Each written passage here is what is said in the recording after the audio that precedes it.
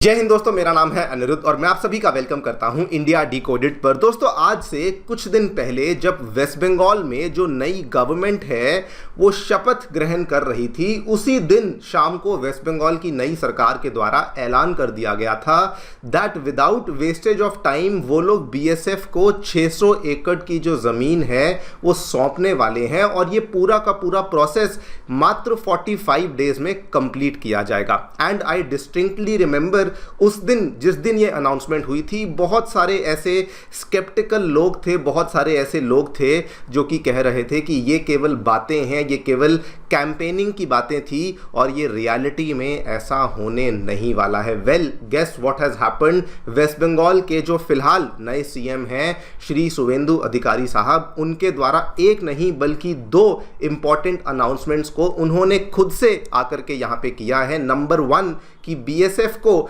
27 kilometre of border land जो है वो अब हम लोग डायरेक्टली सौंप रहे हैं, मतलब कि 10 दिनों के अंदर अंदर वो वाला काम तो यहाँ पे किया ही जा रहा है।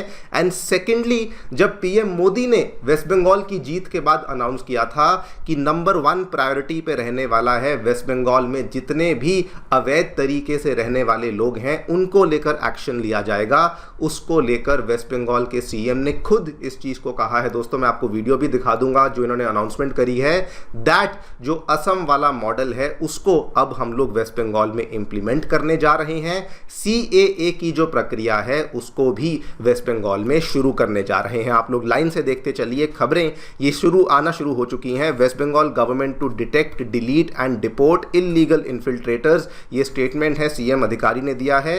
इनफैक्ट यहां पर भी आप देख सकते हैं, Bengal government hands over land to BSF for the border fencing, CM Adhikari vows crackdown on infiltrators. ये वाली खबर भी देख सकते हैं। बंगाल में सीएए की जो प्रक्रिया है वो अब शुरू हो चुकी है। मैं वैसे तो सारी चीज़ों के बारे में डिटेल में आगे चल करके चर्चा करूंगा कि क्या क्या अनाउंसमेंट्स करी गई हैं, क्यों वेस्ट बंगाल में जो ये किया जा रहा है ये असम से भी ज़्यादा इंपॉर्टेंट है, इसके बारे में भी चर्चा करूंगा। लेकिन इसमें दोस्तों एक प्रोसेस में भी बहुत बड़ा चेंज किया गया है, एक प्रोसीजरल चेंज हमें इतने बड़े लेवल पे देखने को मिला है कि अभी तक क्या होता था, जो भी इन्फिल्ट्रेटर, जो भी इमिग्रेंट यहाँ पे पकड़ा जाता था, अभी तक उस इन्फिल्ट्रेटर को बीएसएफ के द्वारा पकड़ा जाता था, लेकिन उनके पास कोई पावर नहीं थी। वो क्या करते थे, उनको मजबूरन as per the orders of the previous West Bengal state government उस पर्टिकुलर इमिग्रेंट को स्टेट पुलिस को सौंपना पड़ता था। उसके बाद क्या होता था या फिर क्या नहीं होता था वो आप सभी जानते हैं। लेकिन अभी प्रोसीजर में बहुत बड़ा चेंज कर दिया गया है। इन्होंने कहा है कि पकड़ने का काम स्टेट पुलिस को दिया जाएगा, उसके बाद ये लोग आगे सौंपेंगे बीएसएफ को, जो कि आगे की कार्रवाई को फॉलो अप करेंगे। यानी कि कंप्लीट जो प्रोसीजर इस तरीके से चेंज किया गया है कि अब जो डिसीजन मेकिंग की पावर है वो बीएसएफ के पास दे दी गई है। क्या हुआ है सब कुछ आपको बताऊंगा।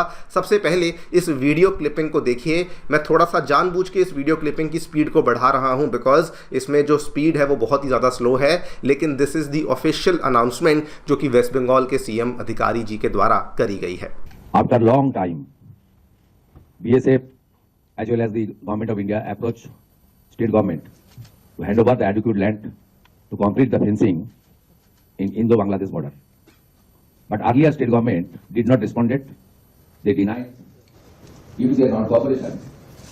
Our safety and security of our great nation as well as our beloved state are facing very dangerous situation. Finally, change happened and a true patriotic government started their journey. Within 2 weeks, our bureaucrats, especially the land department under the guidance of Honorable Home Secretary and Chief Secretary, they are now ready to hand over a portion of land. Now, we are ready to hand over 27 kilometer fencing land along with few border outpost lands. All right, तो I am sure आपने video देख ली होगी। इसी चीज के बारे में मैं डिटेल में आपके साथ चर्चा करने वाला हूं, क्या दोस्तों यहां पे हुआ है एंड मोस्ट इंपॉर्टेंटली इससे क्या सिग्नलिंग, क्या इंटेंशन है जो कि हम लोग दे रहे हैं वो भी हम लोग समझेंगे। आइए शुरू करते हैं मेरे साथ। मेरा नाम है अनिरुद्ध। यदि आप लोग हमें फॉलो करना चाहते हैं तो दिए गए टेलीग्राम और व्हाट्सएप चैनल के माध्यम से ऐसा कर सकते हैं। इसके अलावा अगर आपको हमारा कंटेंट पसंद आता है तो दिए गए QR कोड के माध्यम से हमें कंट्रीब्यूट भी कर सकते हैं। All right, directly coming to the news, क्या देखने मिला है दोस्तों। West Bengal is now officially moving towards the Assam model. इसको अलग अलग नामों से जाना जाता है। बेसिकली इसका जो प्रोसेस है वो आपको समझा देता हूं। अकॉर्डिंग टू दी अनाउंसमेंट क्या किया जाएगा, सबसे पहला स्टेप है डिटेक्शन का। जो अवैध तरीके से इन्फिल्ट्रेटर्स हैं उनको आइडेंटिफाई किया जाएगा। नंबर 2, जिसमें कि डिलीट वर्ड का इस्तेमाल किया गया है। बहुत सारे लोग इस चीज़ को लेकर कंफ्यूज्ड हैं। डिलीट का मतलब क्या है? डिलीट का मतलब बड़ा सिंपल है, जो नाम आइडेंटिफाई किए जाएंगे स्टेप नंबर 1 में, उन नामों को रिमूव किया जाएगा from the records and from the voter list. And step number 3 में वंस इट इज़ वेरीफाइड कि वो इंडिया के सिटीजन्स नहीं हैं या फिर वो इंडिया में गलत तरीके से रहते हैं, उस केस में जो डिपोटेशन प्रोसीडिंग्स हैं उनको शुरू कर दिया जाएगा। इनफैक्ट यहाँ पर अभी तक हालांकि कंफर्म नहीं है, लेकिन मैं ये भी सुन रहा हूँ कि डिपोटेशन के प्रोसेस को कंप्लीट करने के लिए डिपोटेशन की बसेस का भी इंतज़ाम जो है वो करना शुरू कर दिया गया है और वो सारी की सारी कार्रवाई भी स्टेट गवर्नमेंट ही यहाँ पर कर रही है। और ये दोस्तों एग्जैक्टली बिल्कुल यही चीज़ असम में हमें देखने को मिली थी। बस वहाँ पे NRC के एम्बिट के तहत ये सब हो रहा था। NRC टाइप वेरिफिकेशन हो रही थी, उसके बाद उनकी सिटीजनशिप्स को स्क्रूटिनाइज किया जा रहा था। एंड वंस ये चीज़ कंफर्म हो जाती थी कि ये लोग गलत तरीके से इंडिया में रहते हैं, गलत डॉक्यूमेंट्स के बेस पे रहते हैं, उसके बाद उनको रिमूव करने का जो काम है वो शुरू किया जाता था। इसको असम मॉडल क्यों कहा जाता है वो भी आपको बता देता हूं। असम मॉडल इसलिए कहा जाता है बिकॉज ये चीज़ सबसे पहले असम में ही शुरू करी गई थी। सेंसस के माध्यम से वेरिफिकेशन करना, पॉपुलेशन के माध्यम से वेरिफिकेशन करना, उनको आइडेंटिफाई करना, फिर वोटर रोल्स को क्लींस करना, CAA को इंप्लीमेंट करना और उसके बाद बॉर्डर एरियाज को फिजिकली सील करना। ये सारी की सारी चीज़ें असम में हुई थी। और अब ये सारी की सारी चीज़ें जो कि शायद वेस्ट बंगाल में बहुत साल पहले हो जानी चाहिए थी, वो भी अब यहाँ पे होना शुरू हो चुकी हैं। In fact this is not the only thing जो कि देखने को मिली है। वेस्ट बंगाल के CM ने क्लियर कट बोला है कि CAA को भी इंप्लीमेंट किया जाएगा। और ये भी आपको बता दूंगा, अब आप सोचेंगे कि CAA को तो पहले ही इंप्लीमेंट कर दिया गया था। दोस्तों CAA को ऑन पेपर यस इंप्लीमेंट कर दिया गया था, लेकिन बहुत सारा रेजिस्टेंस अलग अलग स्टेट गवर्नमेंट्स की तरफ से भी देखने को मिलता था। लेकिन अभी बंगाल गवर्नमेंट ओपनली ये कह रही है कि जो लोग जो रिफ्यूजीज एलिजिबल होंगे अंडर CAA उनको तो रखा जाएगा, लेकिन जो इलीगल इन्फिल्ट्रेटर्स होंगे उनको वापस उनके देश में भेजा जाएगा। आप लोग यहाँ पे देखिए ये वाली खबर, migrants who are not in CAA ambit they will be deported. ये स्टेटमेंट वेस्ट बंगाल CM ने कहा है। CM Adhikari has publicly stated migrants covered under the CAA will be protected. लेकिन जो CAA के फ्रेमवर्क के बाहर हैं उनको इंडिया के अंदर नहीं रखा जाएगा। एंड सबसे इंपॉर्टेंट चीज़ जो मैं मानता हूं गेम चेंजिंग होने वाला है, that is the procedural change. Process में भी दोस्तों चेंज आएगा। ध्यान से देखिए क्या कहा गया है। Police will be arresting them, they will hand it over to BSF who will get in touch with BDR मतलब कि जो बांग्लादेश की तरफ से बॉर्डर गार्ड्स बांग्लादेश है,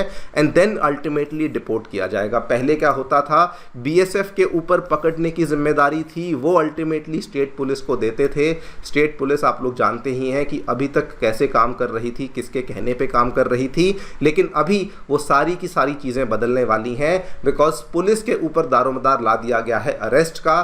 then they will transfer the case to BSF जो कि अल्टीमेटली टच में आएंगे बॉर्डर गार्ड्स बांग्लादेश के साथ, एंड वहाँ से वो अल्टीमेटली डिपोटेशन के काम को शुरू करने वाले हैं। इसके दो मीनिंग्स हैं। नंबर 1, BSF की पावर को बढ़ा दिया गया है। नंबर 2, डिसीजन मेकिंग की जो पावर है वो भी BSF को बेसिकली दे दी गई है। एंड इसका एक और मीनिंग ये भी बनता है कि ये पूरा का पूरा मुद्दा अब केवल स्टेट लेवल पे नहीं बल्कि ये नेशनल लेवल पे जो मुद्दा है उस चीज़ को एक्नॉलेज किया जा रहा है। And the best part is कि स्टेट गवर्नमेंट उस केस में सेंट्रल गवर्नमेंट के साथ कोऑर्डिनेशन भी कर रही है। और दोस्तों, जैसा कि मैंने आपको पहले भी कहा था, West Bengal actually matters more than Assam. मैं आपको ये वाला मैप दिखाता हूँ। हम सभी जानते हैं कि इंटरनेशनल बॉर्डर्स की अगर हम श्रेणी में देखें तो बांग्लादेश के साथ हमारा सबसे ज़्यादा लंबा इंटरनेशनल बॉर्डर देखने को मिलता है, जिसमें कि वेस्ट बंगाल के साथ सबसे बड़ा 2217 किलोमीटर का, देन मेघालय के साथ 443 का,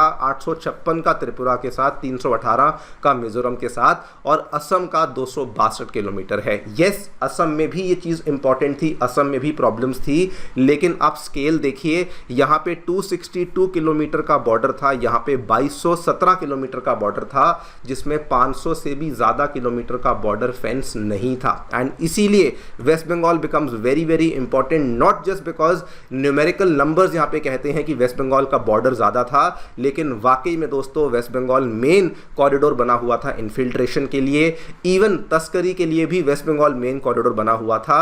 एंड ऑल्सो वेस्ट बंगाल में ही हमने पिछले बहुत सारे वर्षों में डेमोग्राफिक चेंजेस भी वेस्ट बंगाल के कई सारे इलाकों में देखने को हमें मिले हैं, जिस चीज़ को आईबी ने भी अपनी कई सारी रिपोर्ट्स में कंफर्म किया है। एंड दैट इज़ वाई ये जो पूरा का पूरा चेंज वेस्ट बंगाल में लिया जा रहा है, this is a welcome and a much needed change जो कि करंट गवर्नमेंट ने लिया है। इसके साथ ही में ये भी अनाउंसमेंट कर दी गई है बीएसएफ को लेकर। जो लोग सोच रहे थे कि ये ओवर एम्बिशियस है या फिर केवल कहने और करने में बहुत फ़र्क होता है, तो दोस्तों वो चीज़ भी यहाँ पे होना शुरू हो चुकी है, because 75 acres of land already transfer कर दिया गया है, हैंड ओवर कर दिया गया है।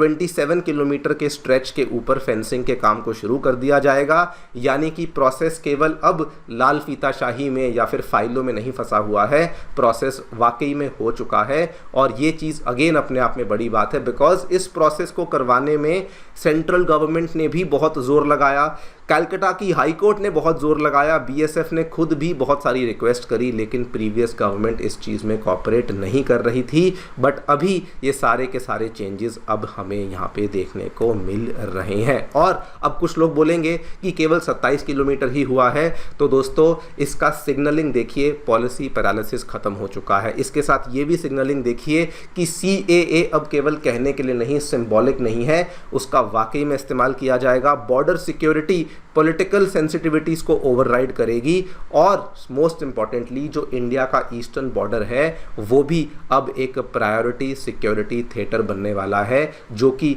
हम ये सारे के सारे स्टेप्स को अगर आप देखें, सारे के सारे डॉट्स को कनेक्ट करें, it becomes very very clear कि इंडिया वहाँ पे किसी प्रकार का भी रिस्क लेने को तैयार नहीं है। इसके साथ आप ये भी जोड़ लीजिए कि सिलीगुड़ी कॉरिडोर को किस तरीके से वहाँ पे substantial amount of land central government को दे दी गई है, 5 नेशनल हाईवेज हैं जो कि सेंट्रल गवर्नमेंट को सौंप दिए गए हैं, बीएसएफ को इन टोटालिटी 600 एकड़ की ज़मीन दी जाने वाली है। ये सारी की सारी चीज़ें भी अगर आप इसमें कंबाइन कर लें, it becomes very very clear कि ईस्टर्न बॉर्डर जो है वो अब इंडिया के लिए, इंडियन आर्म्ड फोर्सेस के लिए एक प्रायोरिटी सिक्योरिटी थिएटर बेसिकली बनने वाला है। देखते हैं क्या होता है। मेरी तरफ से इतना ही। आप जो भी सोचते हैं डेफिनेटली बताएं कमेंट सेक्शन में। Thank you so much for listening. Stay tuned and stay safe.